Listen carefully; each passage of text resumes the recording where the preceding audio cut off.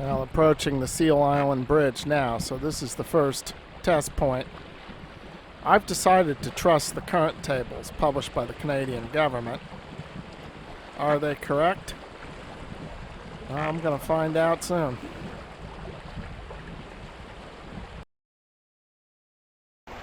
This feels like this is running against us here. Maybe a slight bit of fair current.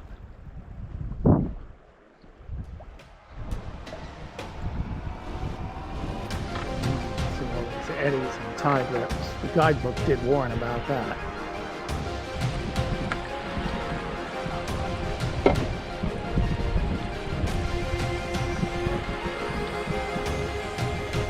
Okay, that's about a knot running against us.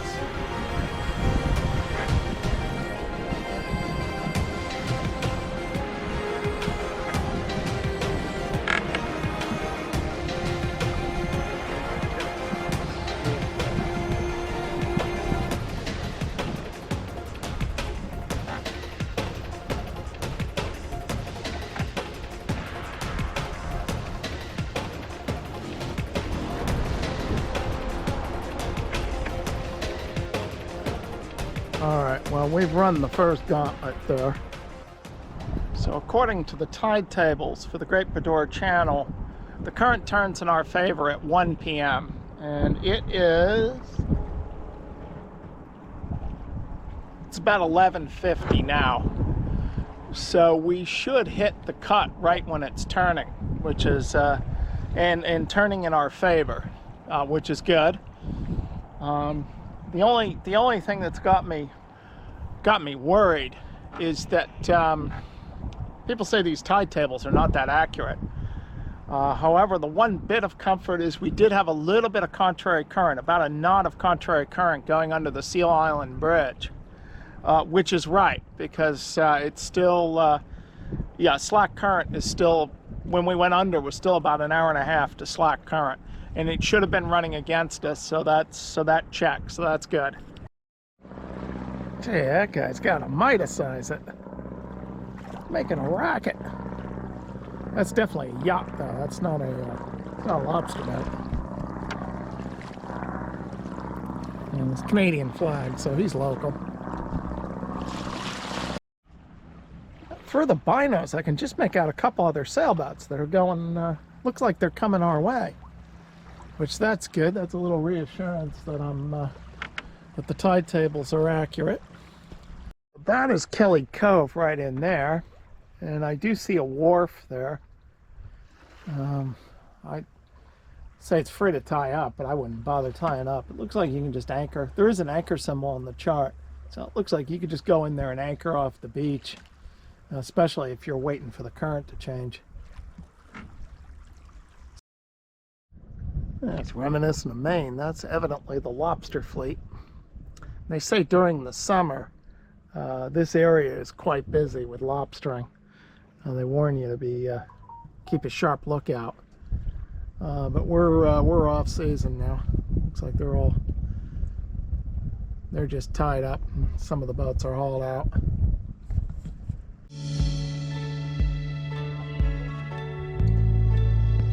Looks like the current tables were just about spot on. Looks like the current is just turning in our favor. It's supposed to be slack about 15 minutes ago. It does look like indeed we got just a little bit of fair current. Boy, look at these houses. Boy, that ain't cheap.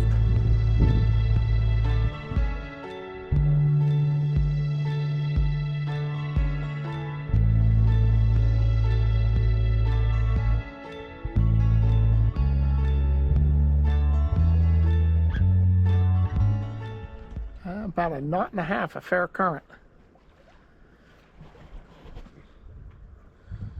So that's just about right. And make that 2 knots. That current, that current is pretty strong. Good thing we got it with us. Well, there's Black Rock Point.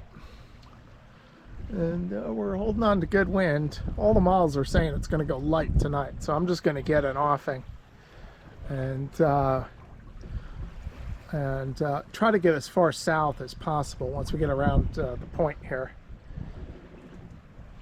But we'll have to head southeast, and because the wind is then supposed to work in from the south.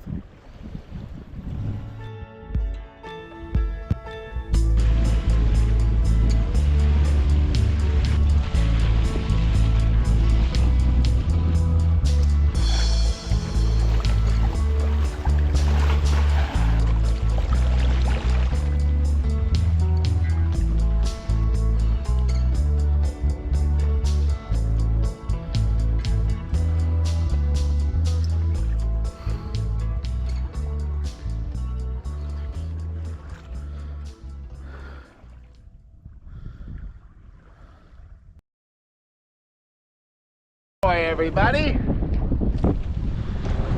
What is it? It is Saturday, the 5th of October, 2024, and present position, we're about 15 miles east of Lewisburg, Cape Breton. And I remember when I visited there years and years ago with my dad. There's an old fort there, and I remember the guy at the gate would first ask you if you're friend or foe. Not sure what would happen. It would say if you said you were a foe, but then they would open the gate and let you in, and I remember it was kind of a fun tour there. And that was probably close to 30 years ago now. Yeah, we departed the lake yesterday. Thankfully, the current tables, which are I'm pretty sure it's the Canadian government that publishes them. Thankfully, those were about right, because we had slight contrary current, about a knot or so of contrary current by the Seal Island Bridge, and the cruising guide was right about the eddies there, though those were considerable, which was a little frightening. And then had about 1 to 2 knots of fair current going through the cut by Noir Point. That's about right, because that was about a half hour after when the about a half hour, 40 minutes after when the current table said the current would turn in our favor. So it was appeared to be just turning in our favor, and there's no question those currents, I can imagine they're pretty strong through there, because I mean, that was less than an hour after it turned, and it was already up to about, yeah, 1.5 to 2 knots through there. The Bredor Lakes, just 10 out of 10.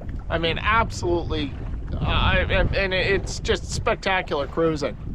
And even in September, you know, in the lower Washabuck, I was swimming off the boat all the time. The water was warm, the weather was warm. It was just a beautiful place. But it does pose some really quite tricky challenges for the engineless boat. In particular, one is getting through Grand Narrows there by that road and railroad bridge. That's not a place. That's not an easy place in an engineless boat.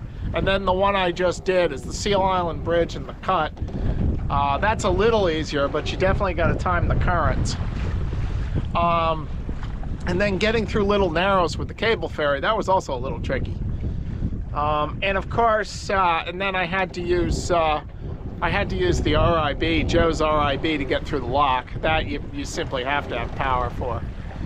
So now we're back out on the ocean here, and wind is southerly, which I'm working my way back out to sea again. Essentially, we're close haul, but can't quite lay the course. I'm getting pushed up on the coast, so I'm taking a tack out to sea. And these winds are picking up, which is what was forecast. And so the forecast is backing wind shift. The winds are supposed to back southeast late this afternoon, which is good for us. That's a better angle. Southeast is a close reach. And then continuing to back easterly overnight, which will be a beam to a broad reach. And then becoming northeast tomorrow, and it's gonna pick up tomorrow. Looks like about 20 to 25 knots, because there's a gale system that's going to be moving by to the south of us.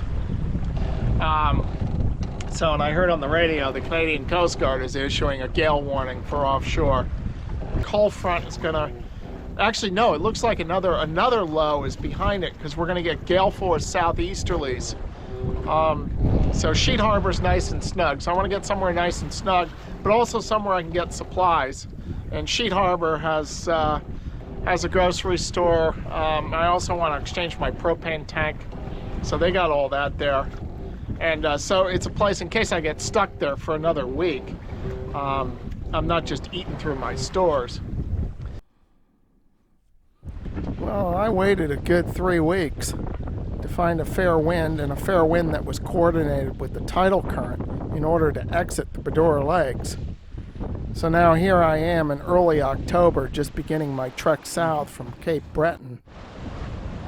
Though this cruise has suffered delays all the way from the start, the first domino being my unsuccessful attempt to do my annual haul out at Young's Yard, which didn't turn out to be what I expected.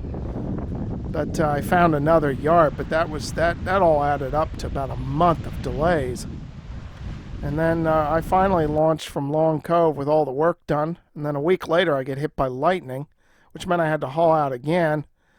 So that was another 2 weeks. So the net result is I didn't even arrive to Nova Scotia until middle of August, when I was originally planning to get there in early July. But I persisted and carried on, and I'm glad I did. Though, as it turned out, this trip south would be characterized by very short sailing windows and very long waits in between, and I would be dogged by the oncoming winter all the way down to Florida, a situation that would put both my skills and my patience to the test.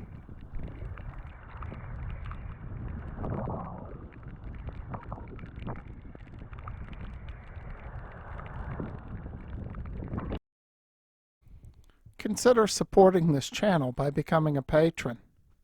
As a patron, you will be able to view my videos free of ads. You will also be able to leave comments, ask questions, and message me directly.